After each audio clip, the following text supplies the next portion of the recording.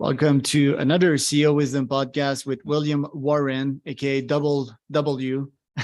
Double dubs. Founder, yeah, there you go. Founder and CEO at the Sketch Effect. So that's his company. He's also an Amazon best-selling author. His book is called Conquering Creative: 9 Shifts to Beat an Unstoppable Creative Business. So we're going to talk about creativity. We're going to talk about the brain and foundership, CEOship, everything in between. This podcast brought to you by podfire.com. If you want to start, scale, or be invited to podcasts like this one, podcasts are quite amazing. Will, I'm really glad to have you on. I'd like to know a bit more about you and about your company. Yeah, Charles, thanks for having me on. Looking forward to diving into all this. So I am a creative at heart, and I have kind of made this miraculous journey of turning my creative skills into a business that's thriving and successful and hiring people. And I'll give you a little background on that. So like I said, I'm a creative. Specifically, I've always been an illustrator. I've always loved comics and cartoons and drawing and sketching, doodling, did it all throughout, my young years, did through high school, through college.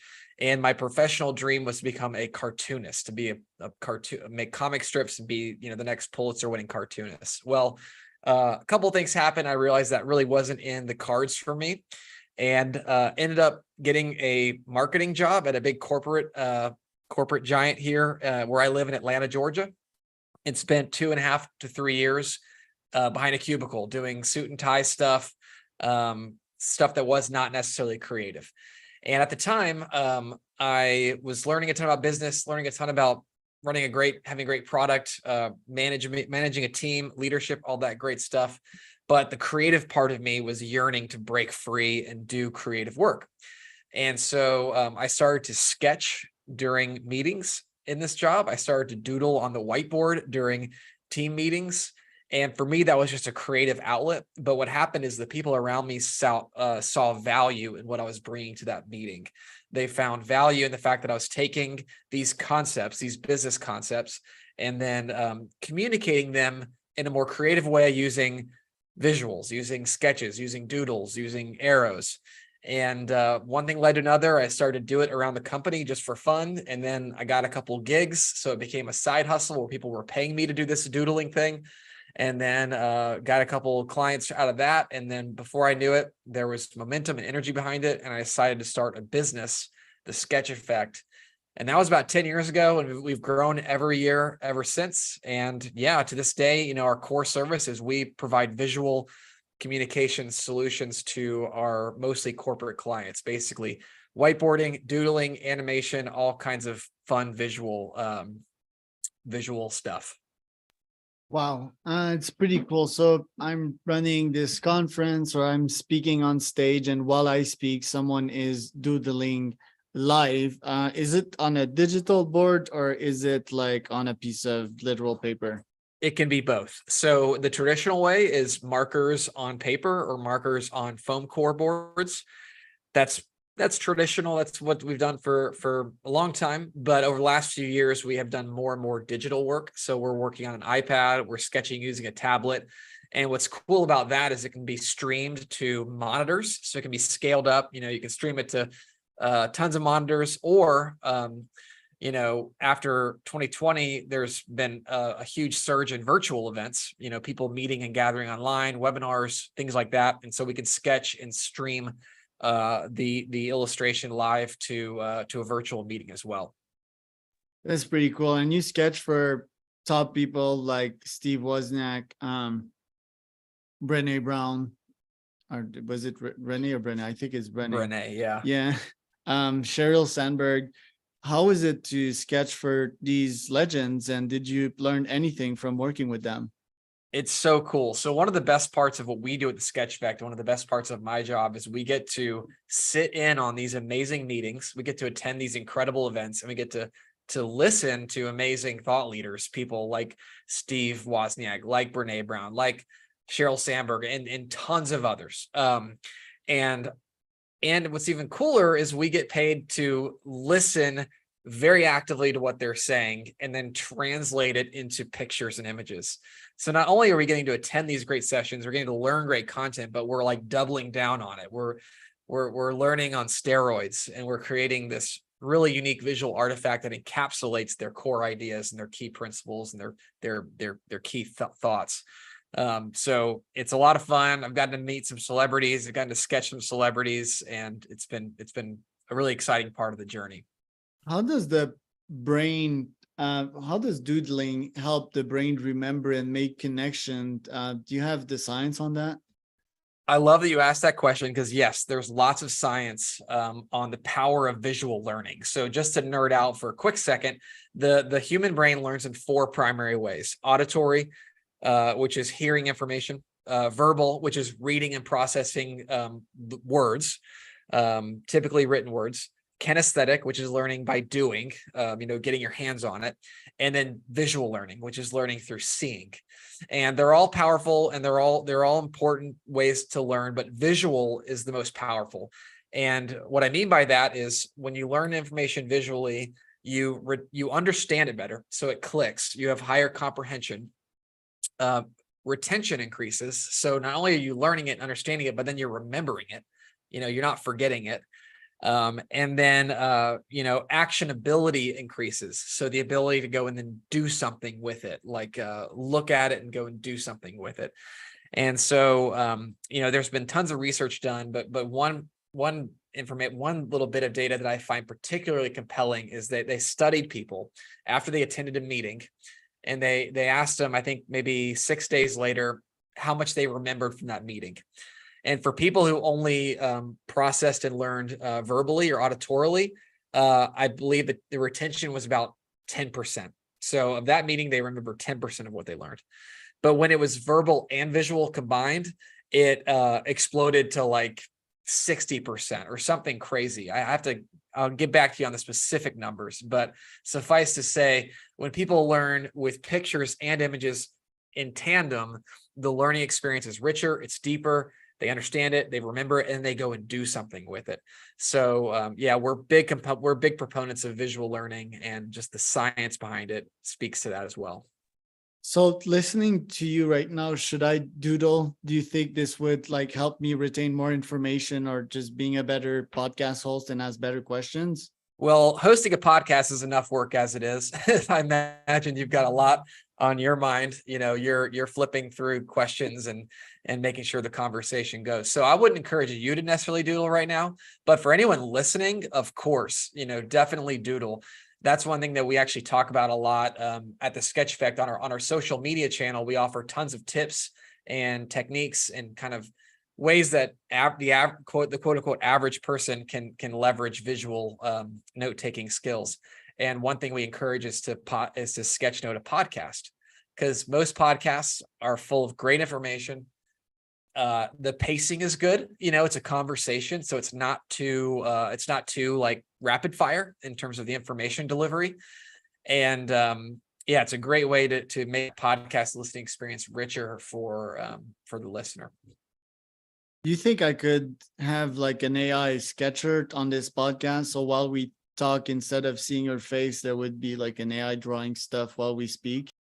I mean, that's a great question. And I think all of us in our industry are wondering how much AI is going to disrupt what we do.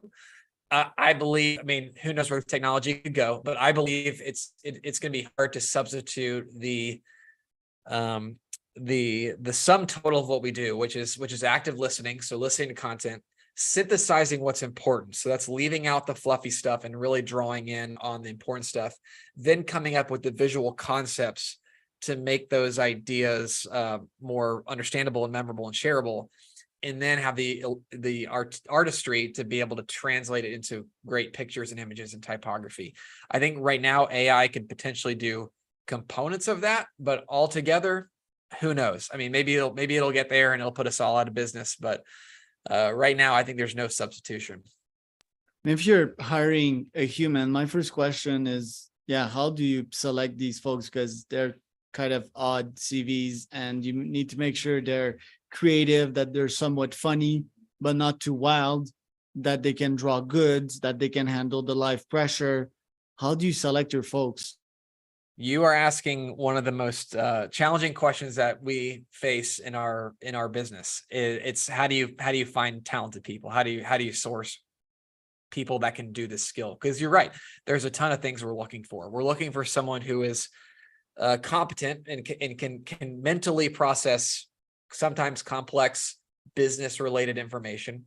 So that's one that we're looking for, is just sort of their mental sharpness, their mental acuity. But we're also looking for people that have the ability to then take in all that information and then synthesize it. So not only take in all this, kind of raw information, but then draw out the main themes, the main ideas, almost like an editor, editorializing all this content and picking out what's most important.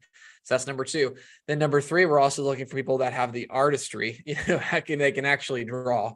They can actually draw a person or draw, a scene or render concepts.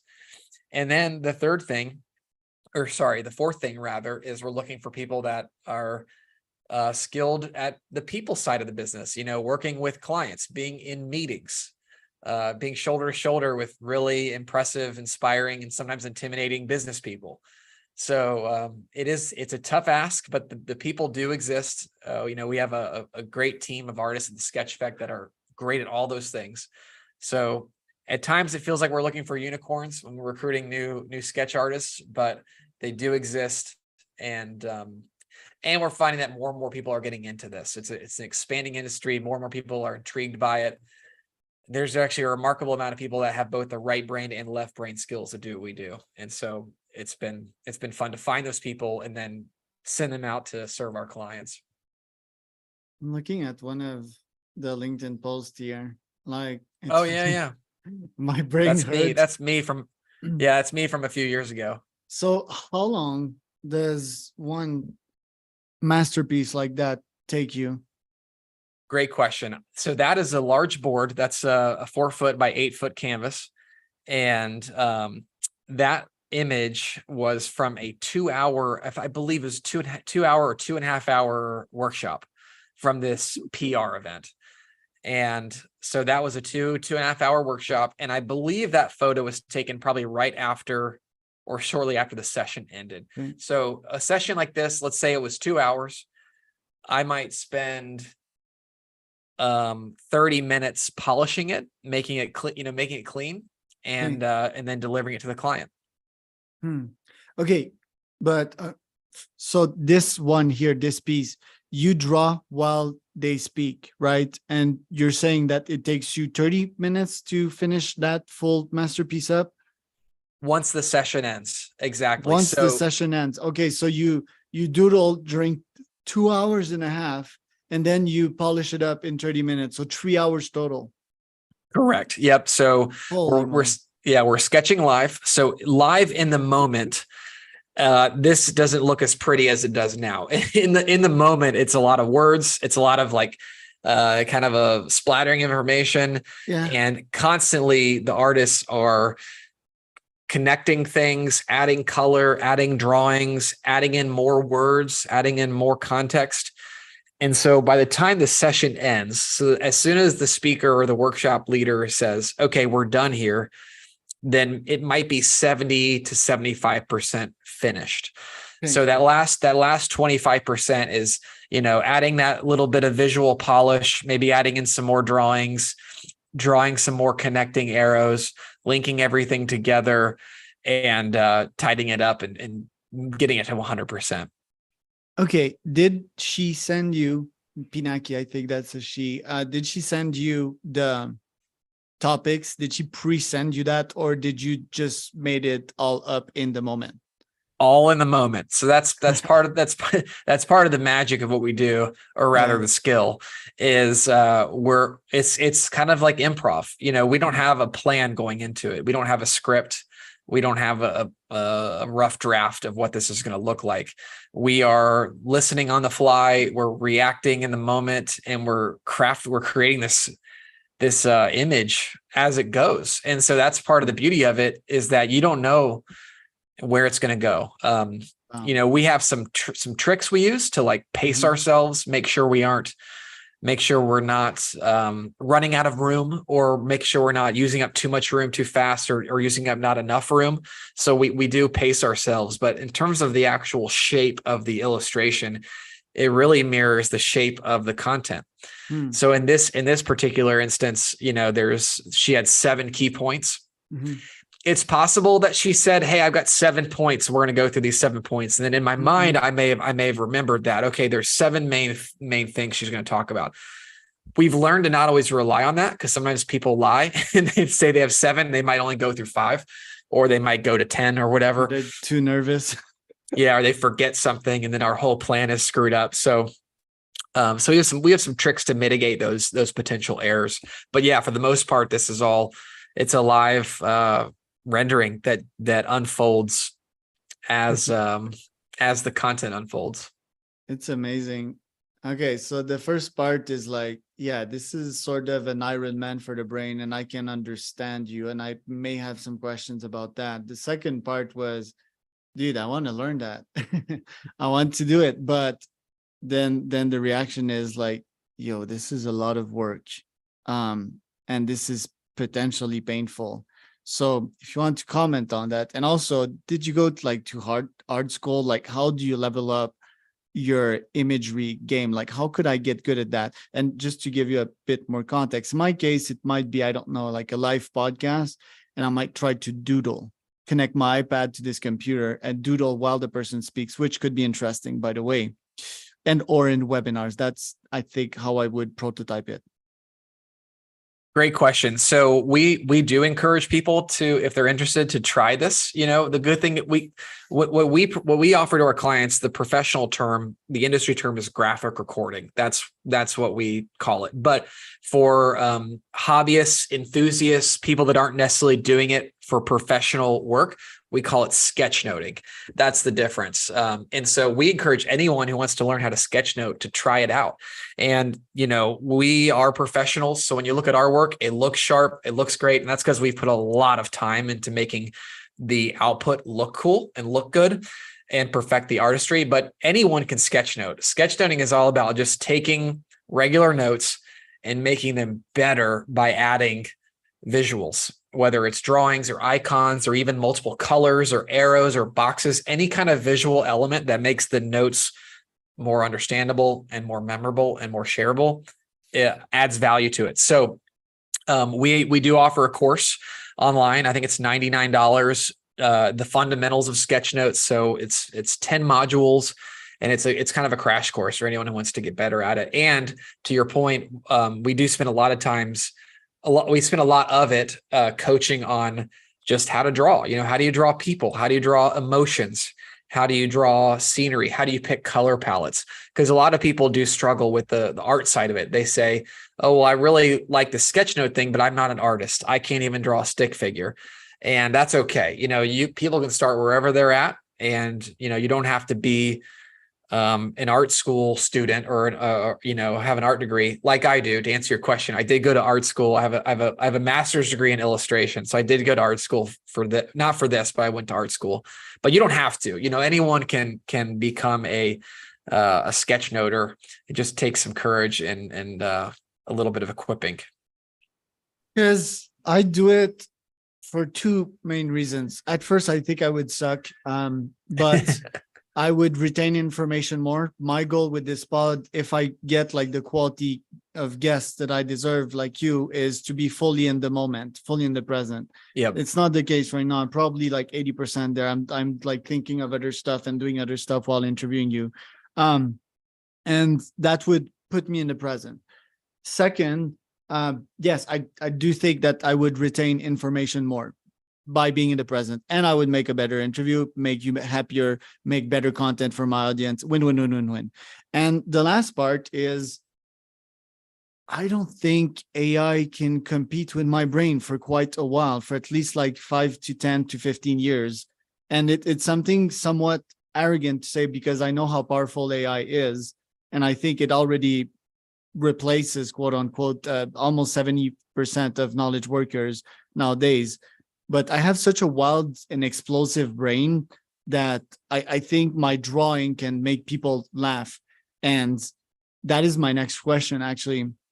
How do I make sure that when I would make these sketch, I don't distract people too much from the main message? Because I can be quite funny and weird, And if people like start laughing and are straight up distracted by this, I don't know, gorilla smashing a rock on someone's head graphic that I drew, like, yeah, I'm just gonna lose them for the message, because the model's always the same, right? Entertain and then insert education, insert like insights in the brain. But I don't want to lose my audience. I don't want to distract them. So how do I limit the wildness factor there? That's a great question. I guess you always have to consider the medium. So with podcasting, most people are listening versus watching. I know you're live streaming. So yours is a visual and an auditory experience. Most podcasts, people are just listening to it while they're doing chores or driving or walking.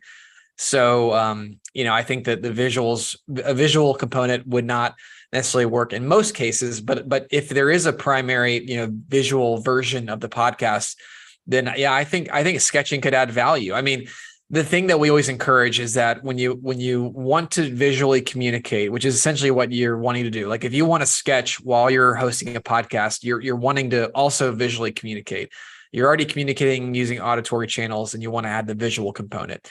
If you want to be a visual communicator, it has to be relevant, and it has to add value, because, I've seen the worst PowerPoint decks in the world. I've seen terrible visual presentations where they just pull some terrible stock imagery off the internet and slap it on there, and they think they've done a good job, but that can actually do more harm than good. So you got to be deliberate about it. You got to be intentional. You want to make sure that the visuals are enhancing the message versus distracting from it, which it could.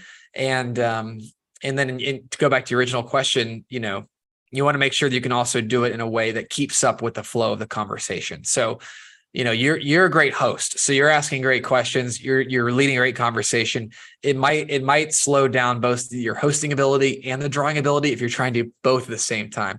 Now, what's awesome, and we've done this for our clients, is there's a host and there's also a visual note taker, and they're working in tandem to just be like a powerful host duo. That's something that we have seen work really well. But yeah, I love your questions. And, I think that just the moral of the story is when you visually communicate, it has to be done with intentionality versus just sloppy, just throwing any random imagery you can into the mix. All right. And I love your business, because when we last spoke, I was like, yeah, is this one of these businesses that will be replaced by AI? But I actually think it's going to be one of the last, which is really weird. I went from 0 to 1 quite quickly. I hope so. And one thing we always tell people is just with the AI, there's just so much of it. There's so much saturated AI content out there. A saturation of AI imagery, a saturation of AI articles, text. And I think that there is a certain value we offer to our clients in that there's still something magical and special about seeing a human being create something out of nothing. Right. Seeing a machine do it, no one's wowed by that. I mean, it's kind of cool the first time, but after you've seen it once, twice, 3 times, you expect it. But a human being doing it, there's still magic in that. And so for our clients who want to host incredible events that inspire and encourage and engage people, we think having a sketch artist is one of the best ways to do that. One last idea to throw your way, since I have the Jedi with me. Okay, for the podcast, I think it's a go. I think I'm going to do it. Why? Because while you speak, I can doodle live in front of you. Now I don't want to distract you, so I may tell the guest not to look at what I'm drawing or something. But yeah, while you're speaking, I would doodle. Okay, that's one. Now my brain is telling me, okay, can you do it in a webinar format? I think the answer would be yes, depending on the brain that you have, but you would have to reach mastery level and almost draw subconsciously. Is that a possible thing, or am I losing drawing quality while I speak? I've tried to both draw and present at the same time, and it's pretty tough. It's already hard enough to draw and listen at the same time, but I have given keynotes. I've delivered workshops where I'm talking and I'm also drawing. And it's pretty tough. I think where it works most successfully is if you've already since you're the host, you already know where the content is going, or at least the bare bones of it. I think what's been most successful is to have a pre-drawn kind of skeleton of a sketch. And then in the moment you add to it, you add color, you add flavor, you add humor. that way, you're not trying to produce 100% of it in the moment while simultaneously hosting or simultaneously delivering content. You're mostly just doing that final 50 to 30%. Love it, dude. Thank you so much for sharing the value. We're going to have to do round 2 because I had other questions. Until then, where can people find out more about you? Of course. So if anyone wants to learn more about the Sketch Effect, we're online at thesketcheffect.com. If anyone wants to take our course, it's thesketcheffect.com/course. I think I might be wrong about that, but there is you can click the little button at the top of the website to find the course. We're on Instagram at the Sketch Effect. And if people want to connect with me, I'm on Instagram at the Conquering Creative.